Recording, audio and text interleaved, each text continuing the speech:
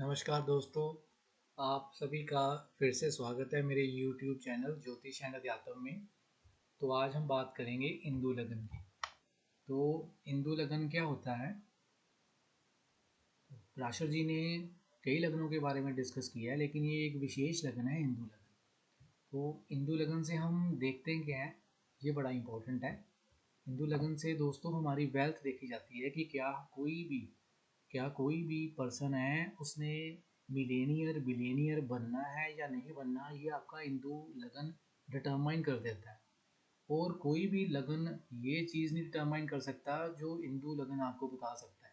It is one of the special लगनाज in horoscope, ये आपने याद रखना है। तो इंदु लगन को बेसिकली हम धन लगन भी कहते हैं। इंदु लगन को धन लगन भी कहते हैं। कई बार इसको हम चंद्र लगन से भी कोरिलेट कर सकते हैं, पर एक्चुअल में ये एक स्पेशल टाइप का लगन है और ये आपको बताएगा कि आपकी कुंडली में वेल्थ कितनी जनरेट होगी। तो सबसे पहले इंदु लगन कैलकुलेट या फाइंड कैसे करते हैं, आइए ये जानते हैं।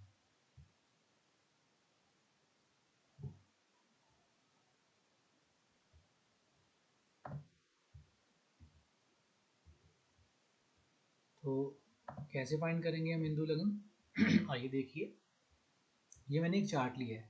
इस चार्ट की हेल्प से मैं आपको बताऊंगा कि इंदु लगन हमने फाइंड करना कैसे है। हमने कलाएं देखनी है, जितने भी हमारे पास नवग्रह हैं, क्षमा कीजिएगा 7 ग्रह हमारे पास हैं, उनकी हमने कलाएं देखनी है। क्योंकि राहु केतु जो है वो शैडो प्लैनेट्स हैं, छाया ग्रह हैं, उनकी हम कलाएं नहीं देखते। तो कलाओं में हमारे पास सूर्य, चंद्रमा, मंगल इत्यादि ये सारे नवग्रह हैं। तो इनकी कलाएं आपको पता होंगी ये मैं मान के चलूँगा। तो यहाँ मैंने लिखा है रेज मतलब कलाएं। तो रेज हमने क्या करना है, हमने लगन से रेज ऑफ नाइन्थ, ये एच हाउस है, एल लॉर्ड, हमने नाइन्थ हाउस लॉर्ड देखना है फ्रॉम लगन। मतलब हमने लगन पे जाना है, ये हमारा लगन है, देखिए दिस इज अवर लगन। आपने इस लगन को सिलेक्ट कर लेना है। इस लगन को मैंने सिलेक्ट कर लिया है, ये मान लीजिए लगन है। तो लगन से आपने नाइन्थ हाउस देखना है। तो नाइन्थ हाउस का अगर आप लॉर्ड देखेंगे, इसका लॉर्ड देखना है। तो नाइन्थ हाउस लॉर्ड कौन है? यूपिटर यहाँ पे है।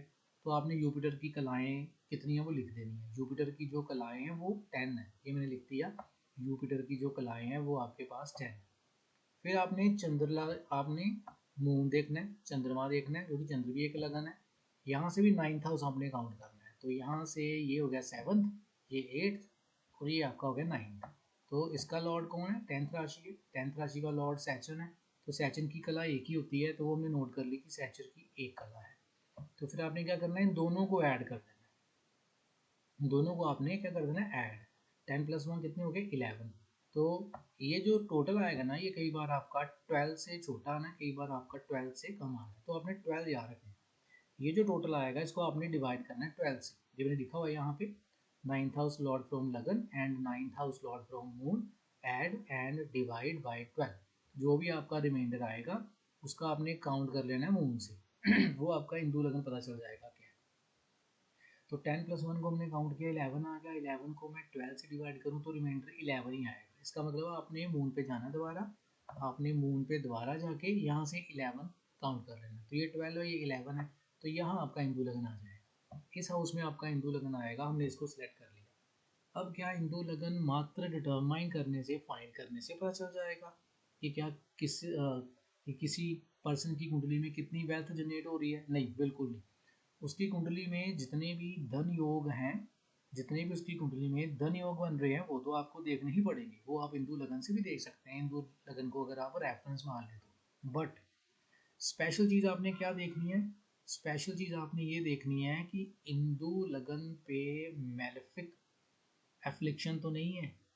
क्या इंदु लगन पे किसी क्रूर या पापी प्लैनेट की दृष्टि तो नहीं है? क्या इंदु लगन पाप करतारी में तो नहीं है? अगर इंदु लगन, इफ इंदु लगन is free from any type of malefics and is aspected by benefics और occupied by benefics, तो इंदु लगन आपको बहुत जल्द वेल्थ जनरेट करके देगा। और कोई भी आपको चीज़ कुंडली में ये नहीं बता सकती जो आपको इंदु लगन बता देगा कि ये कितनी वेल्थ जनरेट होगी आपकी। तो क्या सूत्र क्या है, प्रिंसिपल क्या है, इंदु लगन आपका मैलेफिक से फ्री होना चाहिए।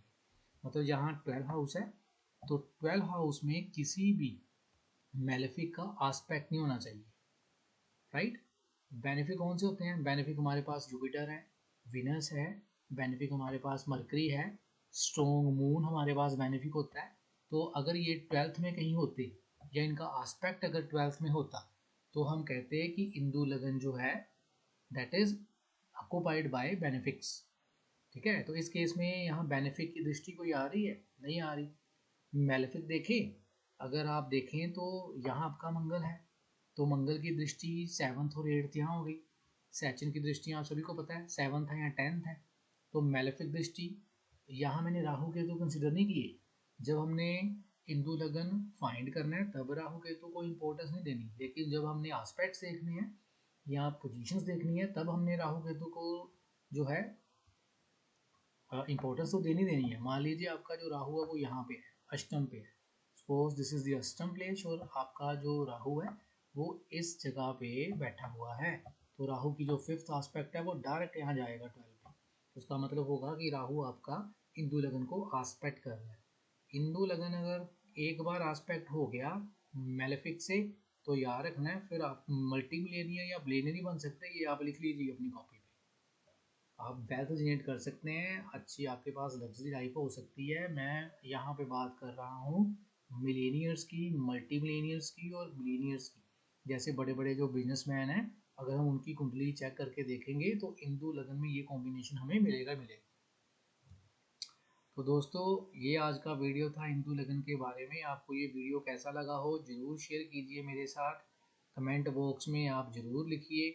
और वीडियो अगर आपको पसंद आया हो तो मेरे चैनल को ज़रूर सब्सक्राइब कीजिए ताकि आने वाले समय में मैं इंपॉर्टेंट वीडियोस लेके आऊँगा, उन सभी की नोटिफिकेशन आपके पास पहुँच सके। और मेरी यही प्रार्थना है ईश्वर से कि आप सबका मंगल हो। धन्यवाद।